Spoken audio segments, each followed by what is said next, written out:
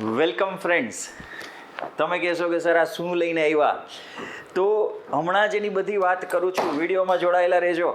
Pride વિદ્યાપીઠની YouTube channel ઉપર હું ધવલ પોચાણી આપનું હાર્દિક સ્વાગત કરું છું. આ આવડું મોટું બંચ એકાઉન્ટ ઓફિસર મેઇન્સ માટેનું હશે એ તો વિડીયોના હેડલાઇન ઉપરથી તમને ખબર પડી ગઈ હશે.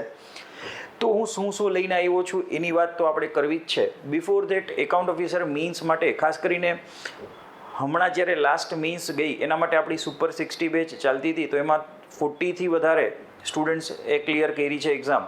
તો એ બધાને કોંગ્રેચ્યુલેશન. એ લોકોનો એક જ ડાઉટ છે કે સર આ વખતે પણ અમારે મેઇન્સ છે તો શું કરવું. એ સિવાય ઘણા નવા સ્ટુડન્ટ્સના પણ મને મેસેજ છે કે સર મેઇન્સ માટે શું કરી શકાય.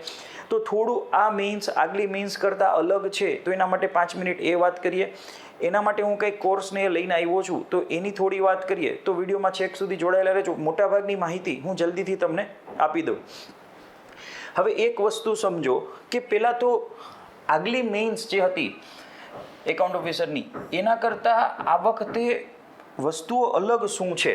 તો કે જો સૌથી પહેલું લાસ્ટ ટાઈમ 40 અરાઉન્ડ વેકેન્સી હતી, જે હવે આ વખતે 20 જ છે. સો કોમ્પિટિશન ટફ છે. સેકન્ડ થિંગ, લાસ્ટ ટાઈમ જે સુપર 60 પ્રોગ્રામ મારો હતો એ ટાઈમે ટાઈમ વોઝ અ કન્સ્ટ્રેઇન. લગભગ 1.5 મહિના જેવો મહાન સમય હતો. તો એ સમય દરમિયાન કંઈ આખો સિલેબસ આપણે ન કરી શકીએ, એટલું રીડિંગ ના કરી શકીએ.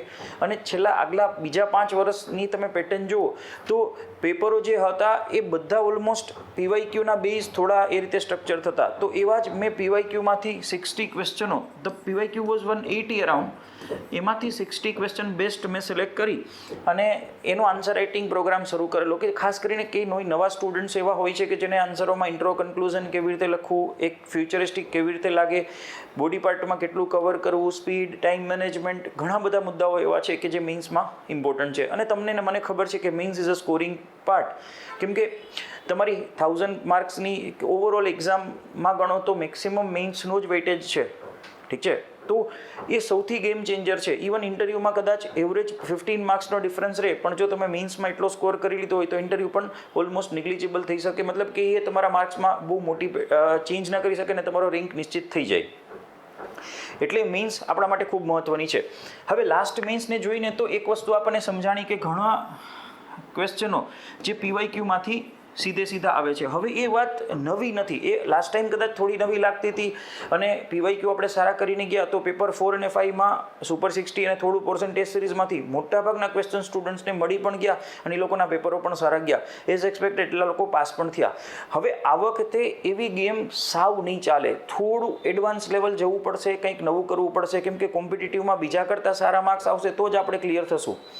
તો હવે આ વખતે મેં એક વસ્તુ ઓબ્ઝર્વ કરી કે હવે બધાને ખબર છે કે પીવાયક્યુ કરીને જઈએ તો આપણું કામ થઈ જાય. હા, પણ કેટલું થઈ જાય તો કે ઓન એન એવરેજ મેં ઓબ્ઝર્વ કર્યું તો કે ઇટ ઇઝ નોટ મોર દેન 70%. કોઈ વખત પેપર 4માં હજી પીવાયક્યુનું થોડુંક જેને કહેવાય ને વેઇટેજ વધારે છે, પણ પેપર 5માં એટલું રિપીટ નથી અને પેપર 5માં હજી એટલા ફંડા છે જે ઓવરઓલ 60%થી વધારે પીવાયક્યુ ઉપર નથી. અને ઓલરેડી એક્ઝામો એટલી જતી રહી તો પીવાયક્યુનો એ વેઇટેજ કદાચ મોટું દેખાતું હોય તો કન્ટેન્ટ પણ સામે એટલું મોટું છે, તો એમાંય થોડો સમય લાગે કરતા.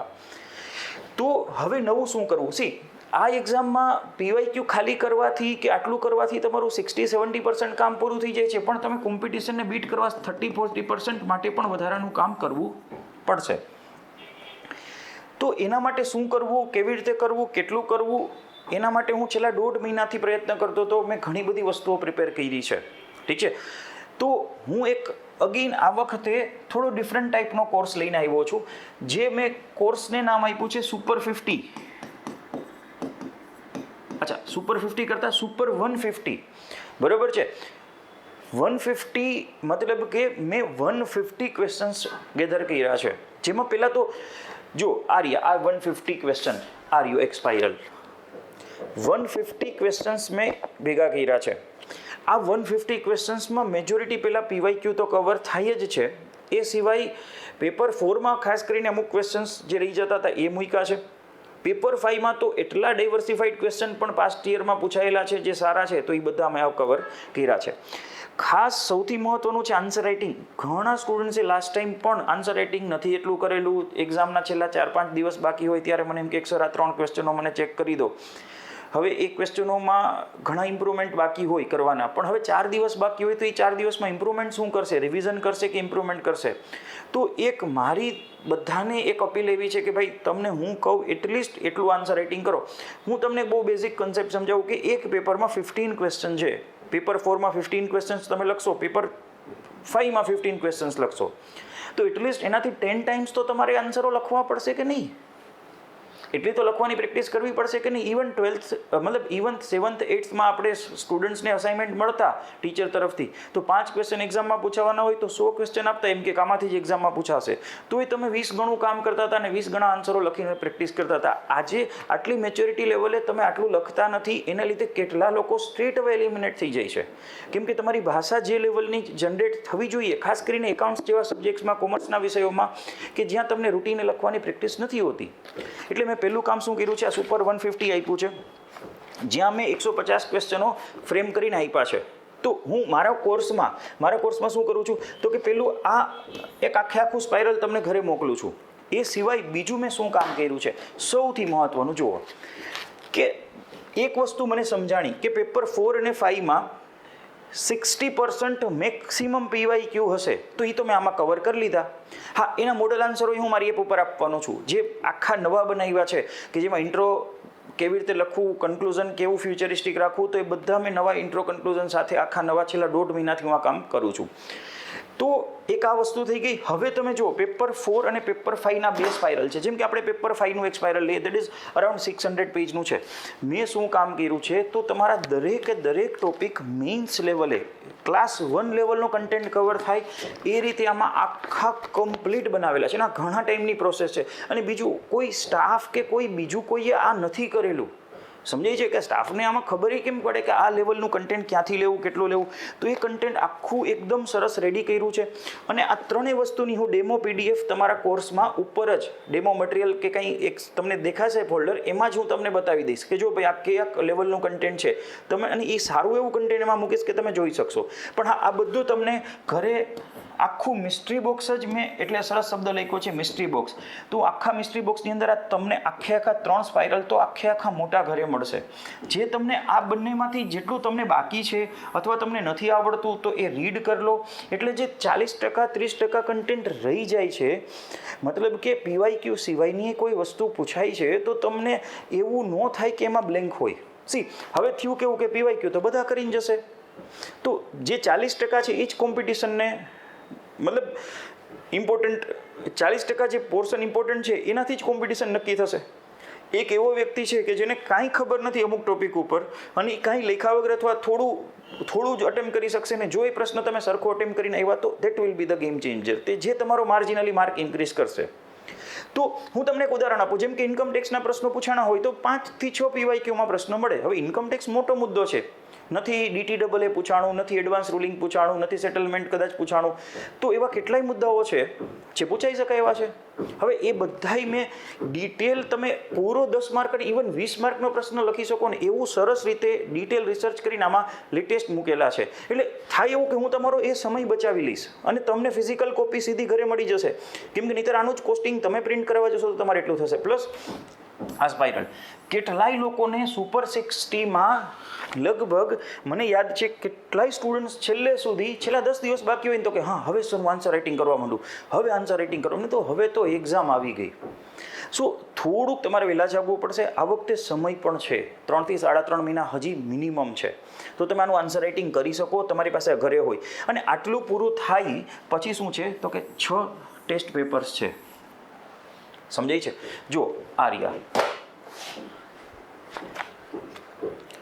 સમજાય છે? આખી 6 ટેસ્ટ સિરીઝ છે. આમાં 30 થી 40% મેં ક્વેશ્ચનો PYQ વાળા રાખ્યા છે કે જે સૌથી મહત્વના છે, જેની રાઇટિંગ પ્રેક્ટિસ થવી જોઈએ, અને બાકીના અમુક નવાઈ છે. એટલે શું થાય કે એવું નહીં થાય કે તમને આખું એઝ ઇટ ઇઝ જૂનું જ મળશે ના, આમાં અમુક કેટલો પોર્શન નવો છે, એટલે તમને થોડું ચેલેન્જિંગ એ લાગશે. અને આ 6 પેપરો છે, આ 6 પેપરોમાંથી 2 તો હું પર્સનલી ઇવેલ્યુએટ કરી દઈશ. હા, વધારે પેપરો ઇવેલ્યુએટ કરવા શક્ય નથી સમયના અભાવે, પણ છતાંય 2 પેપરોમાં તમને આખી ગાઈડલાઇન્સ મળી જશે કે આપણે કઈ રીતે જઈએ છીએ, તો તમને આ કામે થઈ જશે. તો તમે વિચાર કરો, આ મિસ્ટ્રી બોક્સની અંદર તમારા 90% મુદ્દાઓ તો કવર થઈ જશે. એક રોડમેપ છે કે કેવી રીતે તૈયારી કરવી, plus 6 test paper, plus super 150નું આખું મોટું સ્પાઇરલ, પ્લસ આ બંને સબ્જેક્ટ્સની ડિટેલ સ્પાઇરલ કોપી આખી તમને ઘરે મળશે.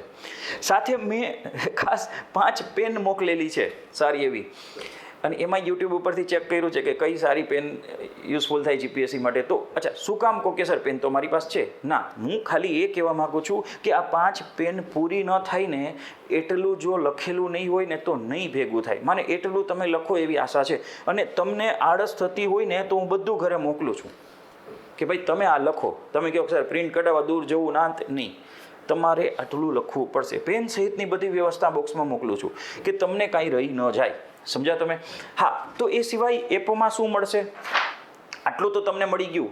2 આખા સ્પાઇરલ, પ્લસ સુપર 150નું આખું મોટું સ્પાઇરલ, પ્લસ 6 ટેસ્ટ પેપર્સ જે અલગથી ફિઝિકલ ફોર્મમાં તમને મળશે, પ્લસ પેન સાથે બધું. હવે તમારે શું કરવાનું છે તો કે તમારે પહેલાં તો સ્ટેપ બાય સ્ટેપ પ્રોસેસ છે. પહેલાં જે કન્ટેન્ટ તમને એમ લાગે છે કે મારે બાકી છે તો આ વખતે સમય છે તો પહેલાં બંને સ્પાઇરલમાંથી નજર મારી સિક્વન્સમાં, સિલેબસની સિક્વન્સમાં આના માટે સ્પેશિયલ બનેલા સ્પાઇરલ છે, પહેલાં વાંચી લો.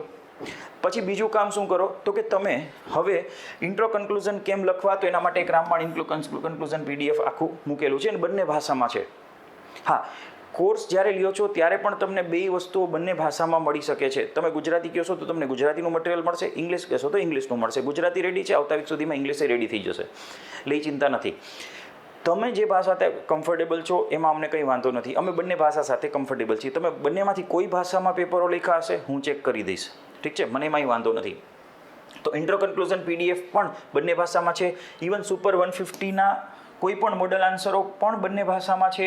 તમને ક્વેશ્ચન્સ પણ બંને ભાષામાં એક્ઝામની જેમ આપેલા છે. એટલે ભાષા તમને ક્યાંય ટેકનિકલી મતલબ હેરાન નહીં કરી શકે. આપણે બંને ભાષામાં આપણે બધી વસ્તુઓ અવેલેબલ છે.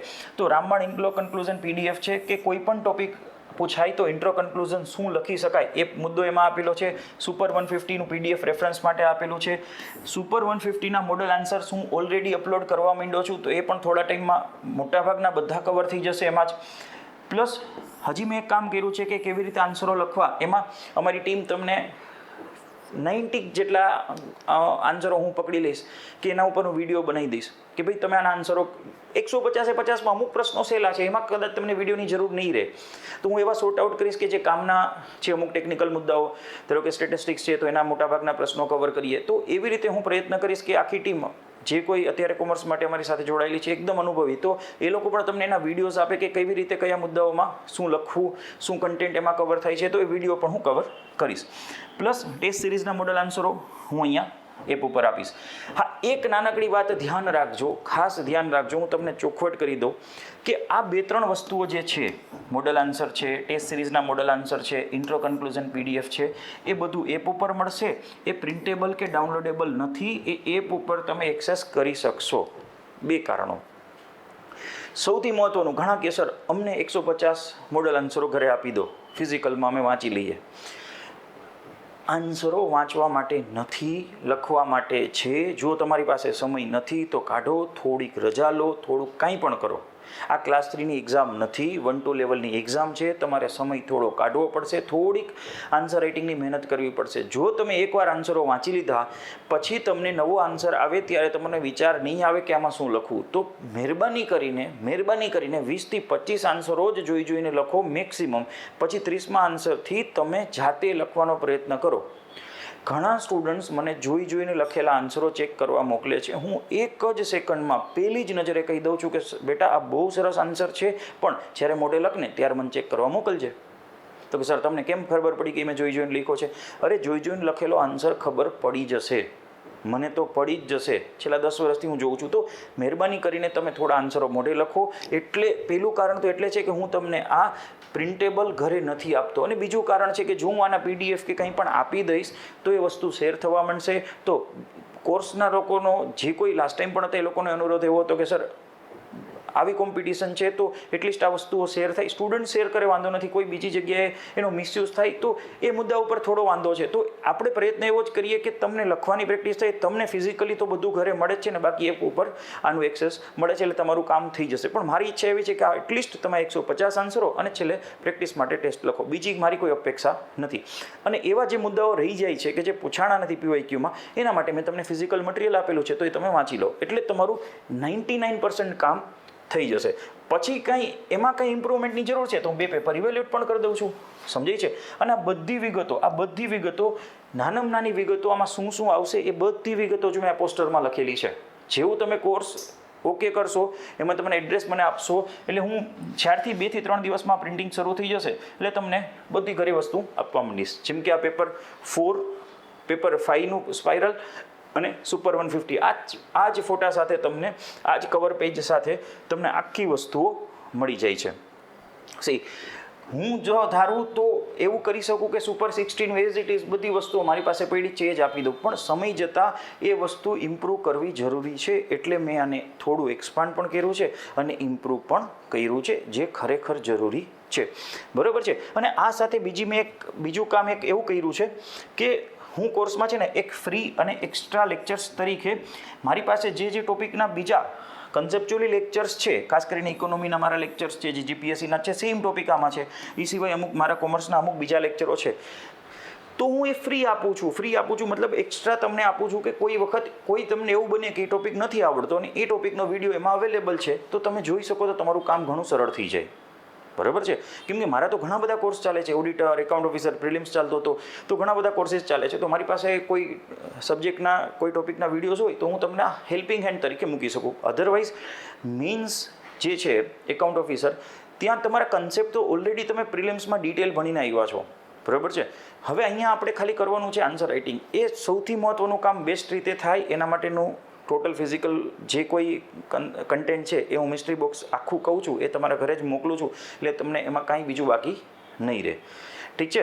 સો સ્ટીલ તમને એમ લાગે છે કે સર હજી મને આમાં કંઈ બીજો ડાઉટ છે, પણ પ્લીઝ પહેલાં આખો વિડીયો જુઓ હું શું કરવા માગું છું. સ્ટીલ તમને બીજા કંઈ ડાઉટ હોય તો 9586365628 ઉપર તમે કોન્ટેક્ટ કરી શકો છો. બરાબર છે. 1 કે 2 દિવસની અંદર કોર્સમાં ઘણું બધું કન્ટેન્ટ, તમારે જે ડેમો PDFથી લઈને ડેમો 150ના જે ક્વેશ્ચન્સ છે, ડેમો મટીરિયલ છે, ડેમો મોડલ આન્સર્સ છે, એ બધું ડેમોન્સ્ટ્રેશન માટે તમને એમાં જોવા મળી જશે, સમજાય છે. તો એ સૌથી મહત્ત્વનો પાર્ટ એ બધો તમને એપ ઉપર તમને જોવા મળી જશે. ઠીક છે. તો આ વિડીયો માટે આટલું રાખીએ. તમારા કોઈ બીજા પ્રશ્નો હોય તો કાંઈ પણ હોય તો તમે આ mobile number any time WhatsApp અથવા ફોન કોલ કરી શકો છો. Till then have a nice day. Thank you.